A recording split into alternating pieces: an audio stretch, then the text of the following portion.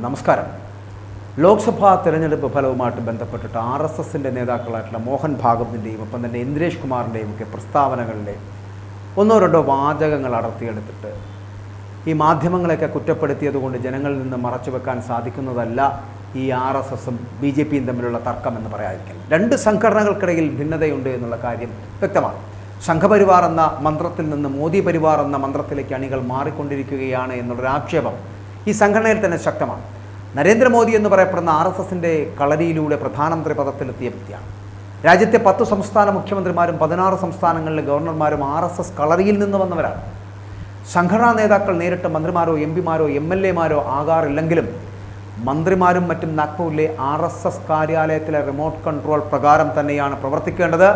അങ്ങനെ പ്രവർത്തിക്കണമെന്നാണ് RSSന്റെ അലിഖിതമായിട്ടുള്ള നിയമം. ആ ശാസന ലംഘിക്കപ്പെട്ടിരിക്കുന്നു. കാര്യങ്ങൾ നിലവിൽ മോദി ഷാ ദ്വയത്തിൻ്റെ നിയന്ത്രണത്തിലേക്ക് എത്തപ്പെടുന്നു. 2019 ലോക്സഭാ തെരഞ്ഞെടുപ്പിന് ശേഷം BJPയും RSSും തമ്മിലുള്ള ബന്ധം അത്ര സുഖകരമല്ല. മോദി സർക്കാരിൻ്റെ പല നയങ്ങളോടും RSSന് വിയോജിപ്പുണ്ടായിരുന്നു എന്നുള്ളതാണ്. RSS ബന്ധമുള്ള കർഷക സംഘടനകളും തൊഴിലാളി പ്രസ്ഥാനവും മോദി സർക്കാരിനെതിരെ രംഗത്തിറങ്ങിയത് RSS നേതാക്കളുടെ ആശീർവാദത്തോടെ ആയിരുന്നു എന്നുള്ളതാണ്. 2022 ജൂണിൽ നരേന്ദ്രമോദി സർക്കാർ നടപ്പാക്കിയ കാർഷിക ബില്ലുകൾക്കെതിരെ രാജ്യത്ത് പ്രക്ഷോഭങ്ങൾ ആരംഭിച്ചപ്പോൾ RSSുമായി ബന്ധമുള്ള ഭാരതീയ കിസാൻ സംഘ് BKS അവർ മടിച്ചാണെങ്കിലും കർഷക സമരത്തെ പിന്തുണയ്ക്കുകയുണ്ടായി എന്നുള്ളതാണ്. RSSുമായി ബന്ധപ്പെട്ട മറ്റൊരു സംഘടനയായിട്ടുള്ള ഭാരതീയ മസ്ദൂർ സംഘ്, അതായത് BMS, മോദി സർക്കാരിൻ്റെ തൊഴിൽ നയങ്ങൾക്കെതിരെ പരസ്യമായിട്ടുള്ള വിമർശനം നടത്തിയവരാണ്.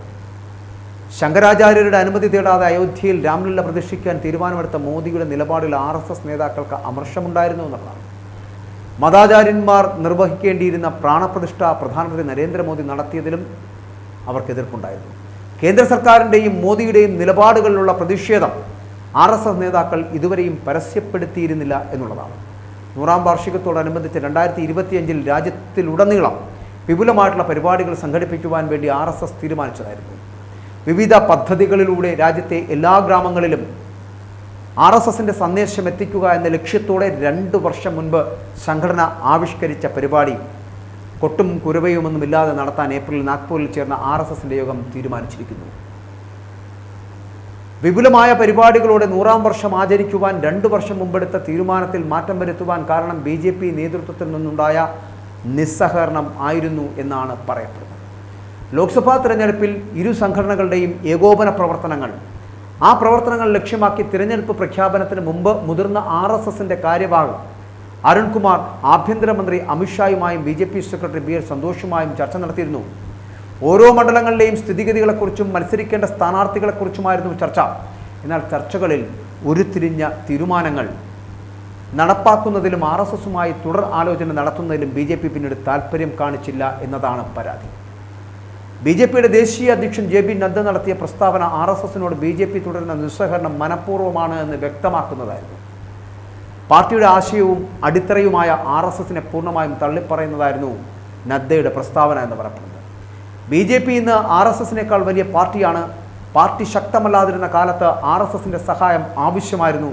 എന്നാൽ സ്വന്തം കാലിൽ നിൽക്കാൻ BJP ഇന്ന് ശക്തമാണ് എന്നായിരുന്നു അദ്ദേഹം ഒരു മാധ്യമത്തിന് നൽകിയ അഭിമുഖത്തിൽ BJPയുടെ ദേശീയ അധ്യക്ഷൻ്റെ തുറന്നു പറച്ചിലെന്ന് പറഞ്ഞു.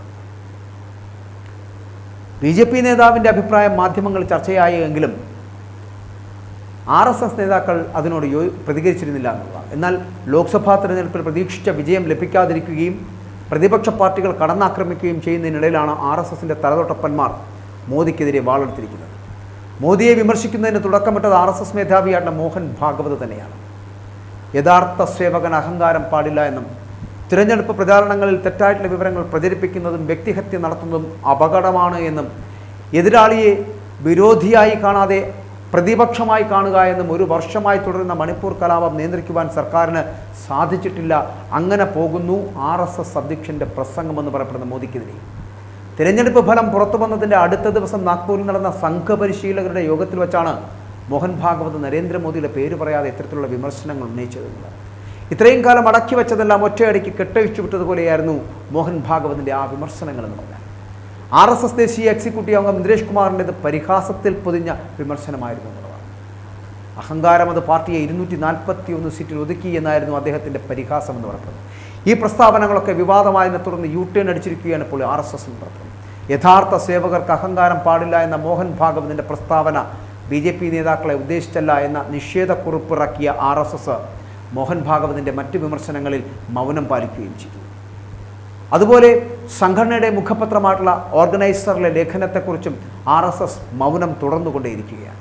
പ്രതീക്ഷിച്ച വിജയം നേടാനാകാത്തത് BJP നേതാക്കളുടെ അമിതമായിട്ടുള്ള ആത്മവിശ്വാസം കാരണമാണ് എന്നും നേതാക്കൾ നാടിൻ്റെ ശബ്ദം കേട്ടില്ല എന്നും സംഘ് സൈദ്ധാന്തികനായിട്ടുള്ള രത്തൻ ശാരദ ഓർഗനൈസറിൽ എഴുതുകയുണ്ടായി. തിരഞ്ഞെടുപ്പ് പ്രവർത്തനങ്ങളിൽ നിന്ന് സംഘപരിവാർ പ്രവർത്തകരെ മാറ്റി നിർത്തിയതിനെയും അദ്ദേഹം ലേഖനത്തിൽ വളരെ കൃത്യമായി കുറ്റപ്പെടുത്തുകയും ചെയ്തു. ഫലത്തെക്കുറിച്ച് RSSൻ്റെ മറ്റൊരു പ്രമുഖ നേതാവായിട്ടുള്ള മാധവ് പറഞ്ഞത്, തിരഞ്ഞെടുപ്പിൽ ജയിക്കാൻ നേതാക്കൾക്ക് വിനയവും മര്യാദയും ആവശ്യമാണ് എന്നായിരുന്നു. BJPയുടെ ദേശീയ അധ്യക്ഷനും ഉപരാഷ്ട്രപതിയുമായിരുന്ന വെങ്കയ്യ നായിഡുവും സമാന രീതിയിലുള്ള ഒരു പ്രതികരണമാണ് പ്രതികരിച്ചത്. പണവും ജാതിയും സമുദായവും എന്നതിനോടൊപ്പം കുറ്റകൃത്യവും സ്വായത്തമാക്കിയവരെ സ്ഥാനാർത്ഥികളായി നിർത്തിയത് പരാജയ കാരണമെന്നായിരുന്നു നായിഡുവിൻ്റെ കണ്ടെത്തൽ പോലും. അത് മനസ്സിലാക്കുവാനുള്ള കെൽപ്പെങ്കിലും BJPക്ക് ഉണ്ടാകട്ടെ. RSSൻ്റെ ഉന്നത നേതാക്കളുടെയും സംഘടനകളുടെയും പരാമർശങ്ങൾ വിരൽ ചൂണ്ടുന്നത് മോദി അമിത്ഷാ ദ്വയത്തിന് നേരെ തന്നെയാണ്. ഈ കളിയിൽ ജയിക്കുന്നത് ആരെന്ന് കാത്തിരുന്ന് കാണേണ്ടി വരും എന്ന് തന്നെയാണ് പറയുന്നത്. പക്ഷേ അവിടെയും BJPയെ നിയന്ത്രിക്കുക എന്നുള്ളത് RSS എന്ന് പറയപ്പെടുന്ന സംഘടനയുടെ മാത്രം കാര്യമാണ്.